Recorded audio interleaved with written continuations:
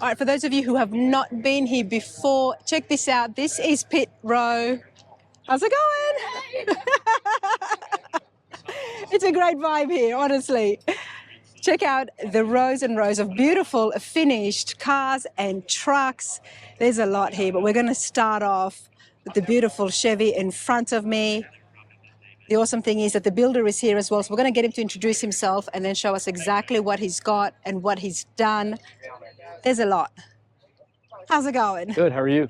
I'm good. Dude, first time here on Rana's Radar. Introduce yourself, your shop, and please tell us, what have you brought? I'm Ted Dobkowski with Dobkowski's Hot Rod Shop, and we got invited here from the $1 Million Row, and I'm just excited to be here. The weather's great. It's a turnout. I mean, it's going to be a fantastic show, great weekend, so I'm excited. I'm excited too. Ted, this is my first time. So I called it the pit row. It's the $1 Million Row. $1 Million Row, that's correct. You know what? That is a lot more fitting. Yeah, yes, there's a lot of nice stuff out here. That's definitely a lot more fitting, and especially with what you have brought here. Thank you. Now, where is your hot rod shop located? I'm 40 minutes south here, maybe an hour south of here. I'm in Clear, Alabama. Clear, Alabama, everybody. Let's start off with right here at the front. Okay. What have you brought? So this is Mr. and Mrs. Hebert's 1950 Chevrolet truck. We finished it like 2 years ago. Hasn't really been shown a whole lot. So we brought it out here for the second time. I had asked them if they wanted to leave the stock bumper or if we could make a front bumper, and that seems to be a big draw, as everybody notices the bumper right away because it mimics the grill bars. So that was made. I think I took 2 weeks to make that. Is that still one piece or two piece? It's all one piece. That puts it on another level, Yes, Ted. yep. That puts it on another level. It was fun. Wow, I love it. It's been curved and it just goes in line with the grills so Yes, ma'am. perfectly. And it's a one-piece bumper, so... Yes, with blind fasteners. Dude, how long have you been doing this for? Professionally, I started when I was 21. Okay. I started early with collision, but I've always had a passion for hot rods and customs and trucks. I mean, I like too much stuff. There's always that demographic between Ford and Chevrolet, and I just gave you a hard time about that, but I love too much stuff. If it's lifted, if it's lowered, it doesn't matter to me. No stranger to fabrication, That's to correct. say the least. And speaking of fabrication, let's look inside the engine bay. All right, Ted, talk to me. So their nephew had started some underhood sheet metal, and he had a really good design going on, but I couldn't get it quite to work, so I started from scratch. These are aluminum panels that I had bead rolled the pattern in, made the radiator cover out of one piece. I think I counted one time. I think there's 17 pieces to make this, and then we dimpled around the bolts. This is factory, but I cut this flange off and put the dimples here to make everything kind of match. It's a lot more nicer than what factory was, that's for sure. And the lines have been defined as well. Thank you. And it's a 350? It's a 383 stroker, correct? 383 stroker. A lot of small details here. You could have just gone without doing the dimples, but it does make a difference. Yes, I agree. Thank you. It's a subtle touch. I made this because I'm a painter by trade. Okay. So from here back, I made that fender do this so I could pull my tape line off of the inner fender and it go into the firewall right here. Wow. So as a painter, I did that for a reason. I like it though. It gives a definition, the contrast between the two. Thank you so much. And what about the inner fenders? So I think it took like 2.5 weeks to make all this stuff. These are aluminum. And then I routed my AC lines underneath it and the bulkheads right here, almost hidden, but accessible. Electric fan with a fan shroud. I kind of wanted to make it look like I had fan shroud. How involved were the owners? They told me, like, they picked the colors, and everybody loves the colors. And I can't take credit for that because they picked that. This is actually her daily driver, and this is his daily driver. And it just kind of works. You mean the two trucks combined together? Yes, this is her Mustang, 2018 Mustang. And this is his 2020 Ram TRX. It's four-wheel drive.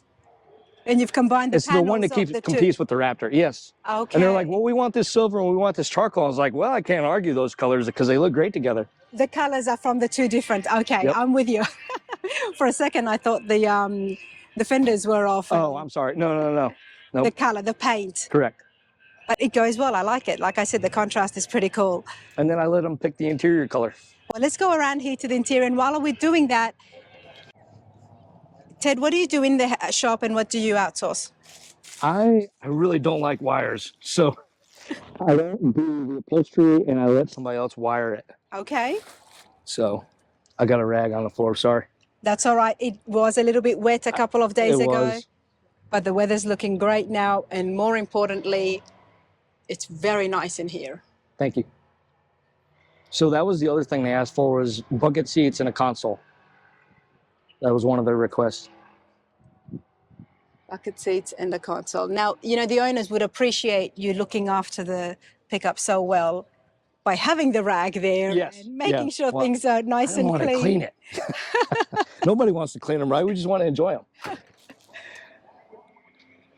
You know, I think your son brought out something to my attention before we started filming, and I guess that speaks of your work as well, the bed. Yes. And how it is sitting against the cab, especially down here where it almost hugs it. We stretched it. So originally it ended right here at the seam, and then I brought all this to tighten it up. I didn't want to look and see the chassis in there. Because it is a pretty big gap from factory, isn't it? Yes, a little too big. And I didn't want to look down in there and see that.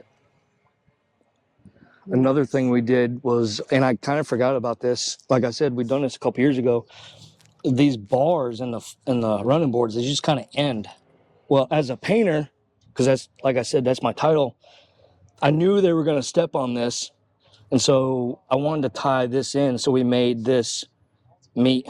I ended the beads right here. Nice. So if I had to come back in and repaint it, I could just kind of burn it in and blend it a whole lot easier than taking it off. But I love the consistency it provides, just coming down. Thank you. Towards the fenders. What did we do with the wheels? Those are artillery wheels. I think they come from, is it US? Ventiques. I think they're Ventiques. Okay. 17s in the front, 18s in the back. Kind of give that hot rod stance. Nice. Now we do have a little card here. So you've got the 700 R4 transmission. Yes. I can see. It's nice. You know, this helps me out. Oh, well, the information board? Yes, the information board. But underneath the information board, the wood looks beautiful. Thank you. Is that oak or? Yes, that is oak. Nice. I didn't really, all I did was polish it up. I didn't really do anything. I just put that in. That was their kit. It comes blind fasteners. I think Bedwood was a company. Bedwood. Yes. Okay. Probably should have gave them credit on the sheet, but I ran out of room. Well, it looks great, Bedwood, especially with the blind fasteners. Nobody wants to see the bolts. No, that's right. On those strips. This was a few years ago. What are you working on these days? Today I have I've got a few projects in the shop for, I do paint and body as my bread and butter. So I do that as a sub to other shops, kind of help them out. Okay. And then I got a personal build that I'm doing. I plan on debuting it maybe next year at SEMA. A SEMA build, okay. Yeah, What is I'm kind of it? nervous. Tell us a It's a little bit about it. 73. I'm real partial to the 73 to 79 Ford trucks. So this is a 73 four-wheel drive, short bed. Okay. And, Lifted? So, yeah, it's lifted, 4-inch lift. Nice. That sounds exciting. Yeah, I'm excited about it. Well, Ted, this is awesome. How many Thank years you. have you been coming here to battle in Bama? This is my second year, actually. But I really like it. I think they do a great job. There's a lot of beautiful trucks. Yes, tons. And I'm guessing there is awards as well that happens here at the show? Yes, so in the morning you get judged. You got to go through the judging tent. And then that's exact. I didn't plan on parking here, but they told me to come out here this morning. They kind of tell you where to go. Okay. And it's just very well ran.